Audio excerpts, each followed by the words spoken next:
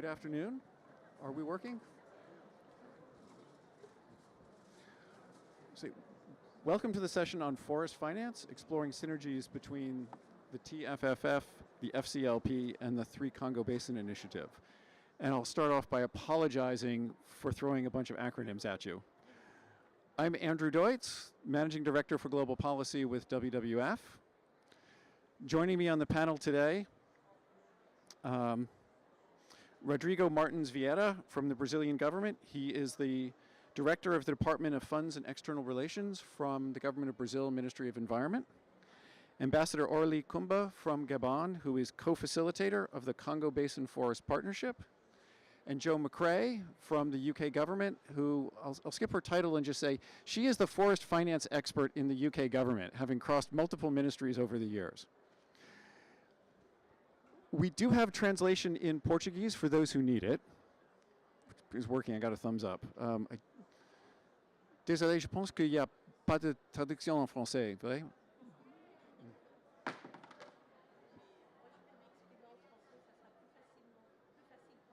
Okay. Okay. Okay. So the ambassador is saying her remarks will be in French, and we'll figure out how to translate those on the fly. So let me just set up the conversation we want to have here today. Forests have gotten an increasing amount of attention in the UNFCCC process over the last few years. I think I look at the UK and say Glasgow was a watershed for the amount of attention on forests, the Glasgow Forest Partnership or Declaration, and we've seen increasing number of initiatives in the forest world. So we've got something new around the Tropical Forest Forever facility that's being proposed by Brazil, announced last year, under development, and hopefully be delivered at COP30 next year. The FCLP was launched 2 years ago to try and develop country packages, but a way to align donor support to help developing countries with their forest conservation and forest investment strategies. Longstanding partnerships in the Congo Basin, and a number of other initiatives. I was in Cali a few weeks ago at the CBD COP, and we saw a lot of attention around PFPs, or Partnerships for Finance for Permanence, to support 30 by 30 and national biodiversity strategies, with a lot of funding going to forests. Evolution in the use of debt for nature swaps supporting forests. There was a presentation the other day at the that Brazil hosted on the Uniting for Forest initiative around all the different forest sector financing initiatives that are out there. So there's a lot happening in the space over the last couple of years. It's become something of a truism, I think, now that the climate world has come to recognize that there is no long-term solution to the climate crisis without solving the biodiversity crisis. And to a large extent, that means forests. And vice versa in the biodiversity and forest world, that we can't solve those problems without solving the climate crisis. And that forests are in the center of that. So lots of initiatives around the public funding and funding support, as well as a lot of initiatives in the trade world and around improving supply chains. So what we wanted to dig into today is how do some of these initiatives fit together, and what are the synergies to support increasing forest finance, but also implementation at the country level. So I want to explore a little bit how countries are seeing these initiatives and what support they need, and what are they doing at the national level to develop all the different forest financing tools. And then also looking from the donors and the MDB perspective of what can happen from the outside, what are the most efficient mechanisms, and what should we be supporting and scaling up in an increasingly diverse world of issues and opportunities out there for forests. So let me start, I think, first with you, Rodrigo. How does this look from Brazil's perspective? Right, you manage multiple funds and funding streams in Brazil, and Brazil is starting to stand up, hopefully, a big new audacious program as well. So what's working, how are these coordinated and aligned, and what are the lessons, and what more should we be doing to support forest finance? Yeah.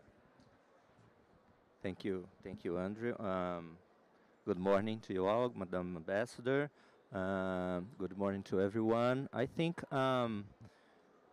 we are now in a road where we have to start thinking about phasing out or complement few of the existing funding that we have around the globe in order to make it more efficient and complementary ones. What we've been thinking in Brazil is that as long as we have this plan of zero deforestation, by to 2030, we have to start thinking out of phasing out and how can we start to fund new initiatives in order to continue the conservation of forest in the country. Of course, we are not against or criticizing or thinking that that REDD+, for example, is not going to exist anymore. But in a way that deforestation is getting lower and lower, we must have another mechanism that provides funding for the conservation of forest. And therefore, I want to talk a little bit about the TFFF. As we know, we here that negotiate climate, we are not very good with acronyms, right? Because it's TFFF or TFFF, that means Tropical Forest Forever Facility. What is the TFFF? The TFF is a global and permanent funding in a large scale that has an innovative perspective as the resources that will provide this funding comes basically from the sovereign wealth funds or private investments. Of course, we are not pulling out philanthropy or countries that want to contribute. So the idea of the TFFF is pay by hectare. It's a very simple mechanism. We are not here trying to measure or to evaluate the ecosystem service or each ecosystem service that the forest provides. We just want to pay a fair value for the stand forest in a country.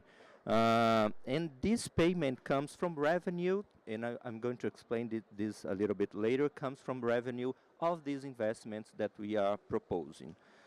Of course, we all know that President Lula in Dubai announced the idea of the fund, but this is something that's been thinking, that's been developing with some other partners, some other country partners. But yeah, of course, we are trying to push it forward and lead this initiative to COP30. So as I said, the innovation of the fund is basic because it uses these sovereign wealth funds in order to mobilize private capital and therefore not depending on donations. We here are facing the difficulties that we are in the negotiations of the finance issues. We know that countries more and more are not willing to provide more new and additional funds. So the idea here is having these investments so that the providers, so that the sovereign funds or countries that contribute will have this, the amount of resources guaranteed with the revenue that they were supposed to have investing in a AAA investment, for example, in order that they won't lose any resources, any money invested. I'm going to talk about this a little bit later. So the other idea here of the TFFF is gives more flexibility to the countries, as what we are proposing is that they have their own national policies for conservation, and also the monitoring system comes from, of course, for those countries that have a transparent and reliable system that can monitoring and pass the accountability to the secretary. They can have used their own system, or if they want to, use an international system of verification. And here basically you're talking about satellite imagery, right? So the flexibility that the country can use their own system in order to prove the conservation, the rate of conservation and deforestation, and then being able to receive the resources that is going to be passed through. And it also remunerates the conservation of tropical forests and penalize deforestation. So the idea, and talk about a little bit of the mechanism, I think it would be more easier to understand, is having, and that model has been run by our Minister of Finance. So the way that we plan it and make it sustainable would be have this $125 billion in a way that this money could be invested in a AAA investment, like always, like the Sovereign Wealth Fund does. And the difference that will be obtained in this AAA investment or AA investment would be invested in a diversified wallet of investment, which would pay more than the 3%, usually it's 3% that a AAA investment gives. And the difference of this investment will be the money that will be invested in the conservation. So investor would lose any money, any resource, and the difference of that would be 100% invested in the conservation of forest. So that's the new deal of the TFFF. The criteria that a country could be eligible, and of course I'm not telling all the criteria, but just this, the conservation idea, the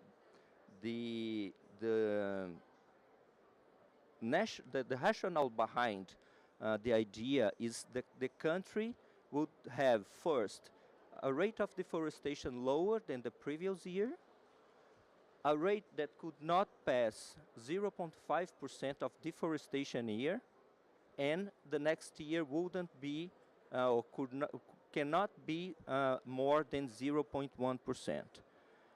If there is a proof or an image that says that the next year the forest has been degraded or deforested in a next area, there will be an account that says this area plus 100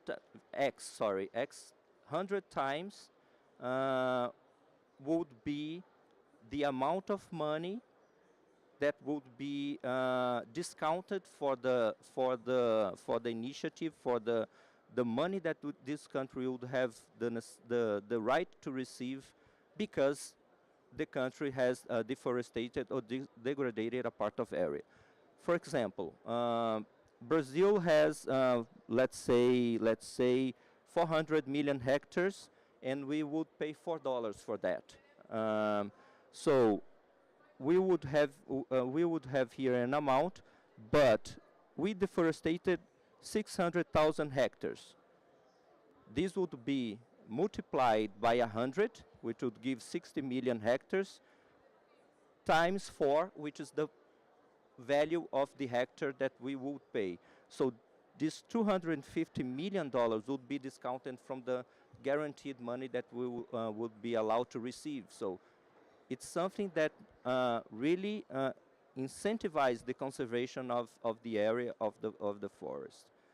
The other idea of the TFFF is that we will not pay for individual project. We would pay for national programs of the country. So the money will go to the country, and this country would have to present a very robust, solid, transparent, and accountable budgetary system that allow them to receive and then provide the accountability of the use of this fund. So there will be a necessary study of the way that a country would receive and then account for this money in order to be allowed to receive it. That's a little bit of the rationale of it, but just to finalize, I think I can say a little bit of the benefits of the TFFF. Now, of course, countries would receive a continued and a considerable amount of resources for conservation policies. They would have the controlling mechanism against deforestation complemented, and they would have their own structure, policy priorities, and monitoring system respected. That's a totally national-driven fund. Investors, they would participate with investment, receiving capital and interest payment, as it was supposed to happen before, but now they have this idea of receiving or of contributing to the forest preservation. So it would receive the same amount of money, but with this plus that he would contribute to forest preservation. And there is a very important thing that I haven't mentioned, that is part of the money would be necessarily invested in the indigenous peoples and local communities. So there must be a plan to invest the part of these resources in indigenous peoples and local communities in order to be able to receive the amount of money. So I think we are now in a phase that we are finalizing the criteria of eligibility. There is a lot of issues that we have to work on that. The engagement and consultation of stakeholders, the definition on the final model and the governance, which is very important, and the leverage pledges. We are supposed to have that by COP30, of course. I think everybody knows that COP30 is the target that we want to achieve, to have this idea approved and the beginning of the pledges. One thing to finalize is that TFF will not generate carbon credit, okay? It's not about RED, okay? It's just a payment for stand forest by hectare. It will not finance, as I said, individual projects, and will not say how countries will use the resources, okay? It's just having this national plan in order to make sure that the money will be invested in the forest and in the conservation of forests. And of course, we don't want to substitute any initiative that is ongoing. RED Plus is still a very valid and necessary one, so as others. And the idea is not compete against other programs that support anyhow the stand forest, or the regeneration, or the restoration, or the diminution of deforestation. I think that's the main idea. I'll be more glad to answer questions later, but I think this is the overall that we have so far about the TFFF. Thank you so much. Thank you. This is a lot more to explore there. Avant que je passe la parole à l'ambassadrice, est-ce qu'il y a quelqu'un dans l'audience qui peut traduire pour l'ambassadrice après? Peut-être? Okay. Okay.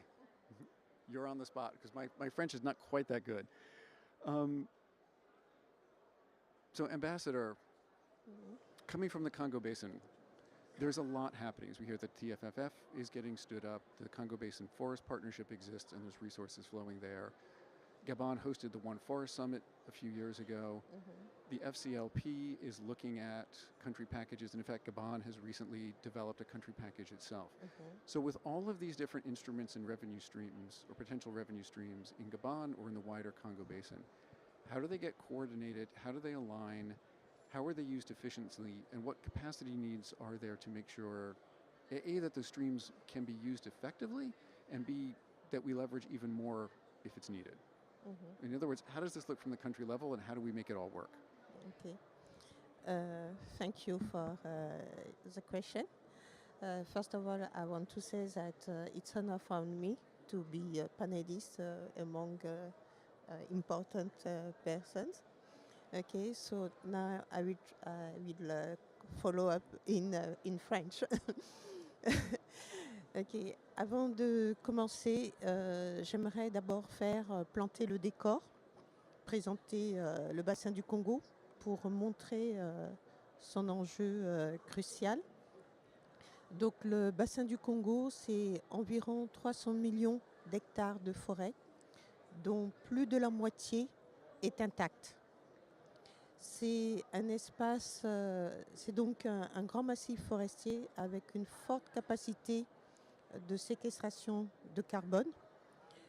C'est 4% des émissions annuelles de carbone séquestrées chaque année.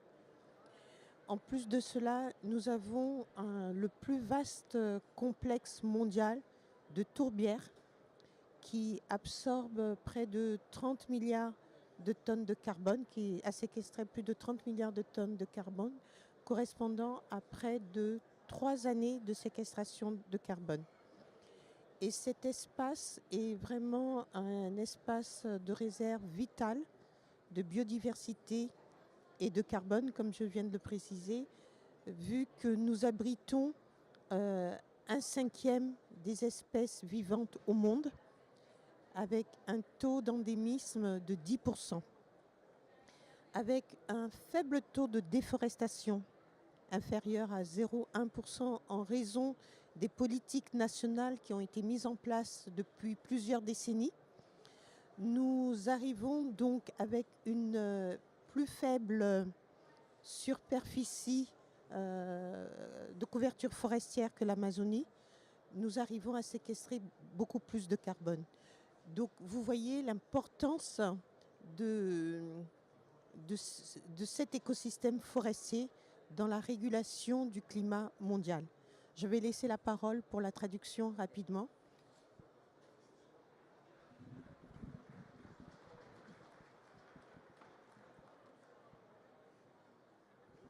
Thank you. Please allow me to introduce the Congo Basin. And the Congo Basin is a big area of forest with 300,000 millions of hectares of forest, where we have more than 50% natural. They are naturally kept. And we have a very high emission of carbon emission.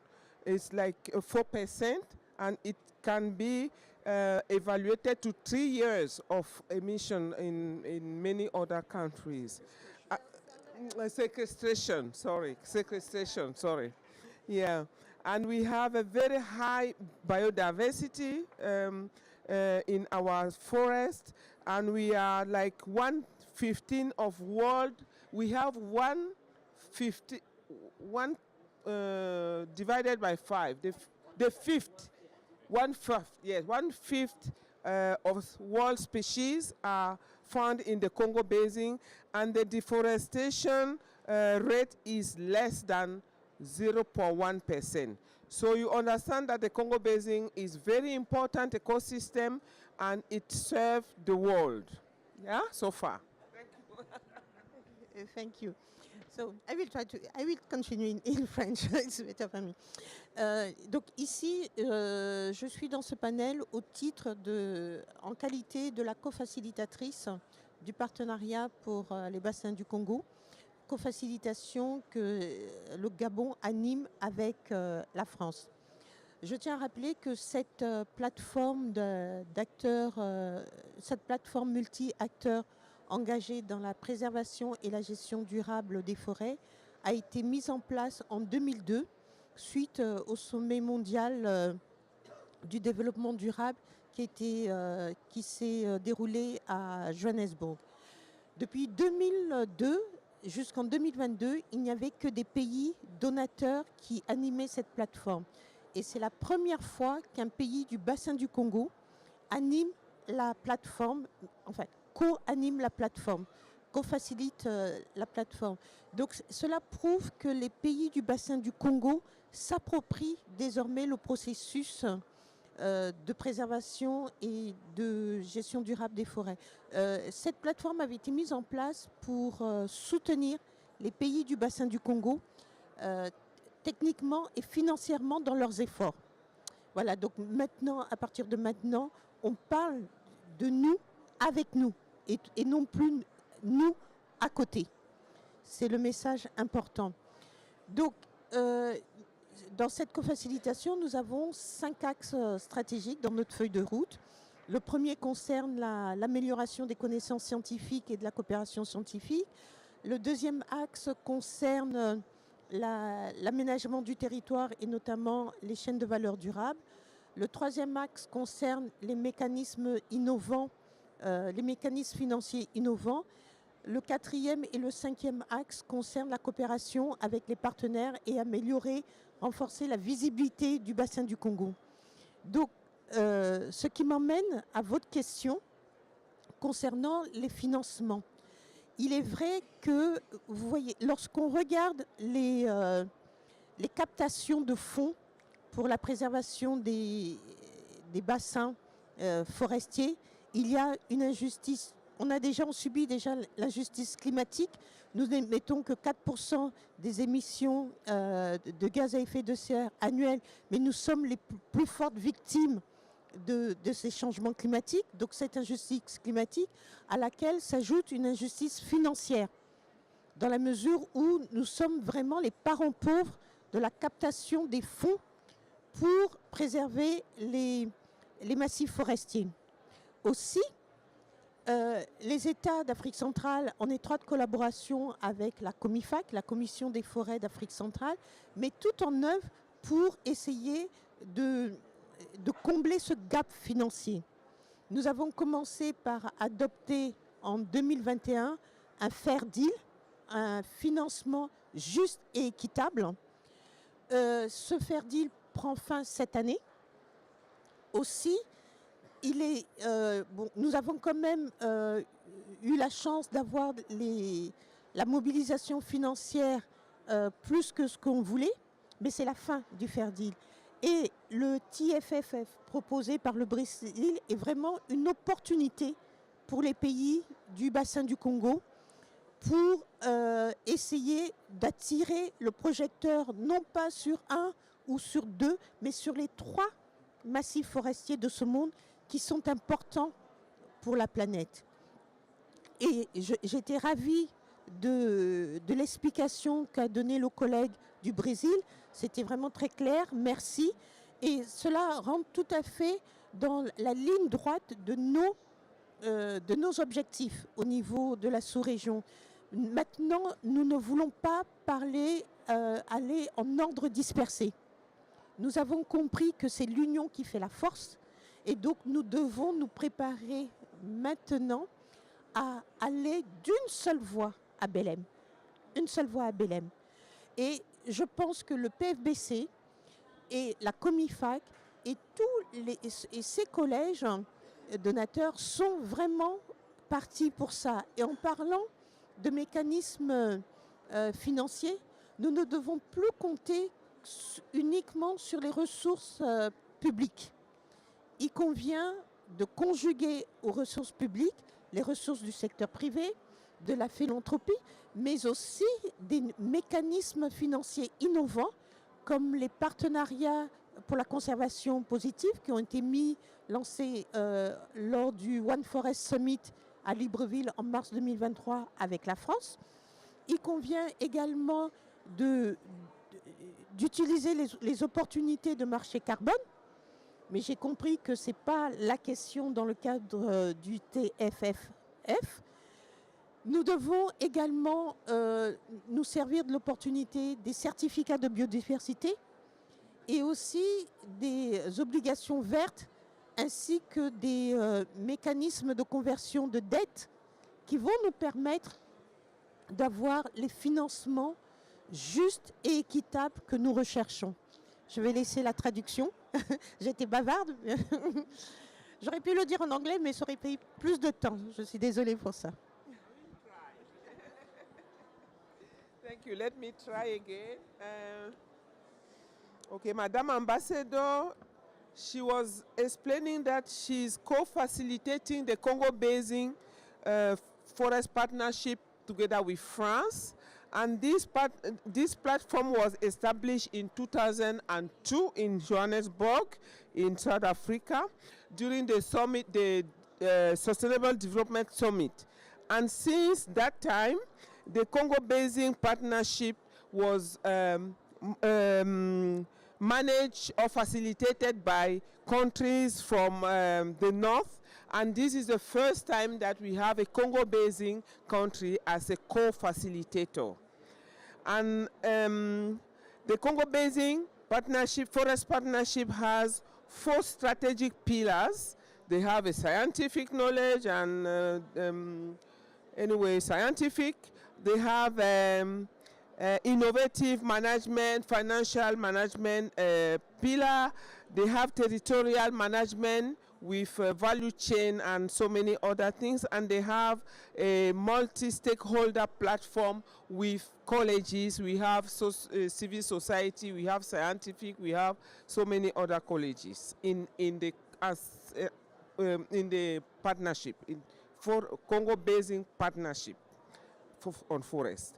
And Madam Ambassador is also has also talked about the climate injustice the Congo Basin is subject to, while they have, and she has indicated that from the global climate finance, the Congo Basin only has 4% so far. They have only been able to mobilize 4%, and this is for her a big injustice, because they are not those who are the deforestation rate, as we saw, is less than 0.1%, and they are the less to get resources to continue to keep that very important ecosystem in the Congo Basin. And she was very happy that the TFFF opportunity for Congo Basin, and very happy with the presentation from the Brazilian minister. And she thinks that is the Congo Basin country now, they have committed to go to Brazil and everywhere else in the world with only one voice. So today than ever before, the Congo Basin will be talking with one voice, being from any other party. If they have to intervene anywhere, it will be one voice for the Congo Basin. And for to cover, let's say, to work on this injustice, climate, accessing, mobilizing funding for the Congo Basin, and she has indicated that the COMIFAC, the Central African Commission on Forests, and other stakeholders are trying to mobilize diverse sources of funding, including the Green Climate Fund and all these mechanisms we can think of. I was not able to write all of them, but they are diversifying the sources of their funding, and they hope that they will be mobilizing adequate funding to continue to cover. But this injustice that they are not accessing the climate finance, she wants us to address that. Thank you. I hope I made it. Yeah, you did it well. Thank you. Okay, thank you. And I forgot, Gabon also just did a major debt for nature swap, which I forgot to mention. Gabon's debt for nature swap. Sorry. Yeah, debt I swap. forgot Yeah, to mention. debt swap. Yeah. So, Joe, I'm going to pass to you. So again, the UK has been a major leader in supporting forests as part of the global climate solution, right? I think of Glasgow and all the work that the UK did to make nature central to the Glasgow COP. And now the UK, just this week, took over the co-chairmanship of the FCLP, so the leadership continues. You've been involved in many of these different initiatives. What are the lessons that we learn, and how do you navigate across all the different sort of opportunities, funding channels to support countries in forests? What are the opportunities, what are the lessons, what are the synergies, and how do we still, even those multiple initiatives, how do we still grow the pie? As the ambassador said, there's still a lot of ground to cover. Brilliant, thank you. Let's do that, and I don't have to hear myself. So it's a real pleasure to be here alongside colleagues from Brazil and from Gabon. And I guess one of the things that is very fundamental, I think, to what we're all doing here is to be sending the message that forests really matter. And I think that case making, which we've heard about carbon sequestration, we've heard about biodiversity, is really fundamental, because unless we're very clear about why forests matter, I think it will be very difficult to make the case about why we need to finance them more and differently. And I guess part of what we're thinking about is forests matter, as we've heard, for sequestration, they matter for biodiversity. But I think one of the things that we need to be looking at even more carefully is why forests matter, not just from a global perspective, but at a regional perspective. We're learning a lot about how forests help to cool the atmosphere at a local level. They're helping to protect communities against the risk of extreme heat. We're learning about their vital role in watershed management, which in turn has big implications in terms of reducing flood risk and in terms of agriculture. So I think what's cutting across all of our voices here is that we need to join together very forcefully to be making that case for forests. And the reason why I still think we have to make that case is because I think too often when we think about climate, we are focusing, for many good reasons, on the energy transition that we need to make, on what we need to do in terms of transport. And there's a little bit of a risk sometimes that forests is a bit of an afterthought. And I think given the pressure that forests are under, the risks of tipping points in some key biomes, we need to be really accelerating, standing shoulder to shoulder and making the case for the urgency of action on forests. And I think we try to do that bilaterally from within the UK. And then part of the reason why we're very excited to be taking on the co-chair of FCLP alongside our colleagues from Guyana and the other members of FCLP is because we think we need to make that case plurilaterally through a bigger community. And I think what we're hearing, whether it's through TFFF, whether it's through the Congo Basin Partnership, is that when we work together to send these messages, that's when we're stronger, that's when we're heard. And I think what we're very excited to do is to think about how we can deepen our collaboration with these other partnerships. For example, we've been doing that through FCLP, both participating as the UK as part of the different working groups, but also thinking about how FCLP can bring, if you like, a ready-made collaboration and coalition together to hear more about what TFFF is doing. So I guess my first message is we need to join arms and make the case around why forests matter. The second thing is that there's stuff that we can do alone, but we're going to be much stronger doing it together. And I think from an FCLP perspective, we're just getting our feet under the table as co-chairs, so I'll be careful about what I say because we need to kind of really go through a process in terms of thinking about how we want to work collectively going into Berlin. But I guess two things really strike me. So one is that I think we all know that understanding the size and the shape of the gap on forest finance is really key. And we know that that gap is very big, and we know that in order to fill it, we're going to have to use a whole basket of instruments. So TFF will be an incredibly important addition to the existing basket of instruments because it uniquely is designed to tackle the problem about how we finance standing forests.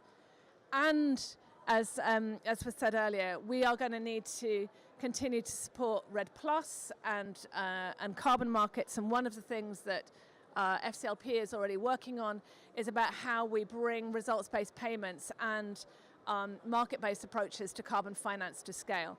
So this is a lot of ands, not either or. So we're going to need to think about how we scale carbon finance, and FCLP is thinking about that. You mentioned debt, Andrew. Nature for debt swaps have been quite a popular term. We wouldn't necessarily only phrase it around debt for nature swaps, but also about how future debt issuance can take better account of natural capital. And we have work going on within FCLP on that. Critically, we also have work going on about how to scale the bioeconomy. And one of the pieces of work that I'm very excited about that FCLP is doing is to think about how do we decarbonize construction through increased use of timber. And in the process of doing that, what we're helping to do is to create more jobs as well as to sequester more carbon. So there's a whole series of opportunities and different ways in which we need to work together to build that basket of instruments that will be needed. And importantly, part of what we helped to do at Glasgow was to build the Global Forest Finance Pledge, which is very much about international public finance for forests. We mobilized, I think, the largest single international public finance pledge ever on forests, where it was $12 billion that was allocated over 5 years. And part of that investment was used for to have a particular pledge in support of Indigenous people. So just over 1.5 billion of that was going for Indigenous people. And you will have heard that our Foreign Secretary last week, forgetting which day it is, is part of a wider group of donors, official donors and philanthropists who are working with Indigenous people to think about how we get a second phase of that pledge. So I think kind of on finance, I think TFFF is one important piece of the puzzle. We know that that's going to have to be in addition to other pieces, and I think we're very keen to think about how we work together to build that basket of instruments. And then finally, I think it would be very helpful to think about, and I think this is maybe the challenge that you've set us, Andrew, for 2025, is how do we have a conversation going into Berlin around a relatively small number of very big things that we want to achieve together. We know that collaboration is going to be key, and I think we're going to need to be careful to choose our fights, if you like, that if we try to do too much that's very scattered, we will have less impact. And so I'm very keen, both from a UK perspective and from an FCLP perspective, to really think about where is that small number of big things where we can really join arms and deliver some big results during this year. Thanks very much. Thank you. So, no pressure on Brazil hosting COP30 next year, right? President Lula didn't create any expectations this week either. Mm-hmm.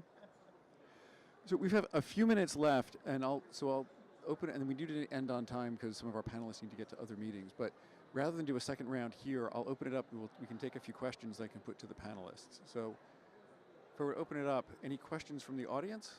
Otherwise, I'm going to ask questions. Please, I'll take 2 or 3 for the panel, so please.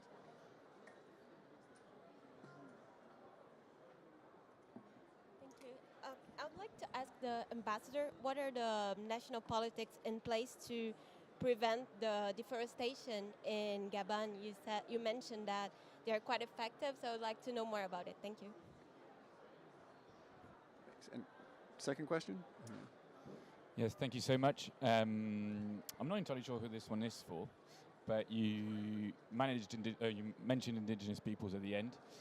I don't know if you saw, but last year there was quite a small, extra mechanism potentially, and that might be quite familiar to you, Joanna, because I just saw you work for Give Directly at some point, of delivering conservation basic income for indigenous peoples who live in the rainforest. So that's totally unconditional funds to those individuals that live in those forests. Will that be something that you might consider as another mechanism, given they protect so much forest? Thank you very much.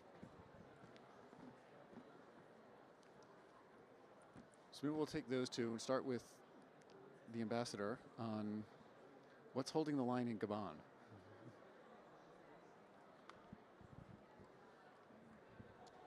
Thanks for your question.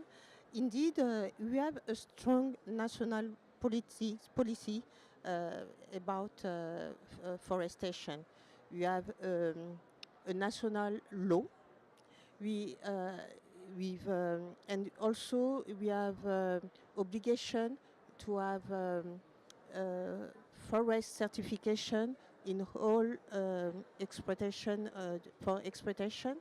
We have also, a selective logging for when you have to make forest exploitation. And you have also mechanisms of satellite monitoring in order to have alert on deforestation. So we have an institution called AGEOS, in French is Agence Gabonaise d'études et d'observation spatiale. So that's why we have this strong law, legal tools in order to implement in order to have a low deforestation. And this is during several decades. And also, in order to have a sustainable use of the forest, there is no, we ban the exportation of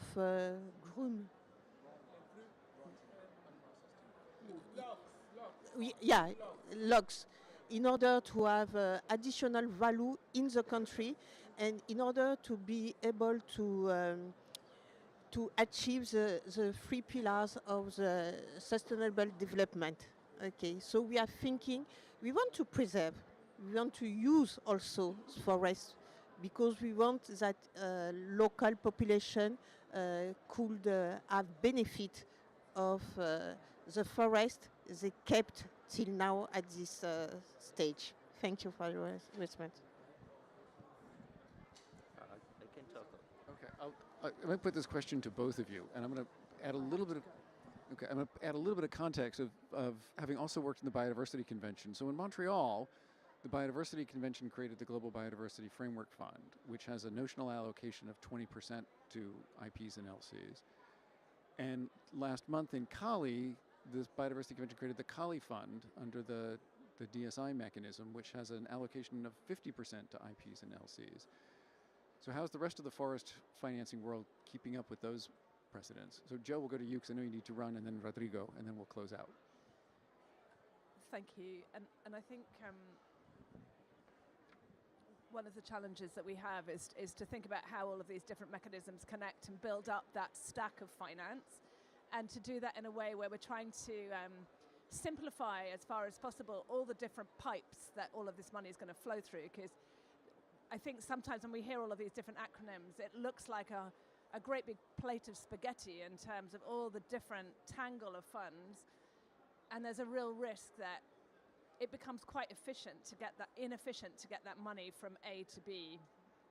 And I guess one of the things that I learned from Give Directly is that we have to keep really a very clear eye on how much is it costing to get the money through the pipes from me as an individual donor or me as a donor government to that end user. And I think that lens of discipline is really helpful for us, and is quite a challenge for us as governments to think about, are there ways that we could think about how funding from some of these different instruments could be flowing through the same pipes, so that we're not building a very complicated set of plumbing that makes it more expensive. I don't have a clear answer to that right now, but I do think it's a very important question. And do forgive me, I need to just run to another thing. Thank you very much indeed for the opportunity. Lovely to meet you.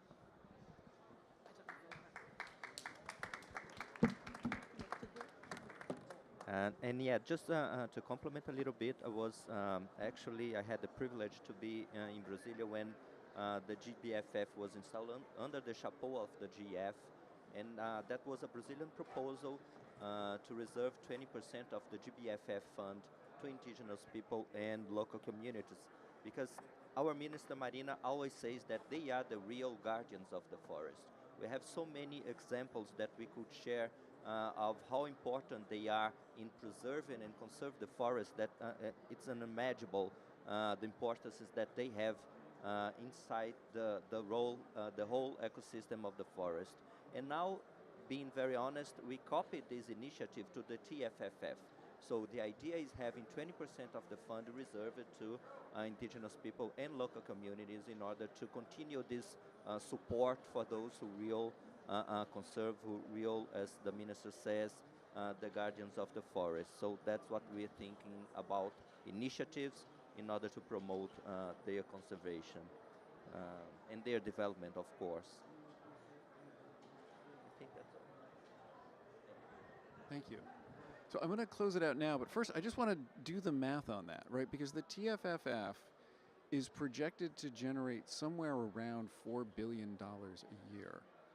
20% of $4 billion is $800 million a year, potentially going to support IPs and LCs in tropical forest countries.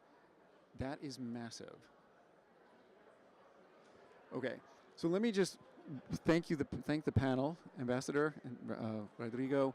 Thank you all for attending. We're going to wrap it up here because we're on time and I'm getting signals from the back. But thank you very much for attending, and lots of hope, lots of expectations when we convene in Belém next year. Looking forward to it. Thank you.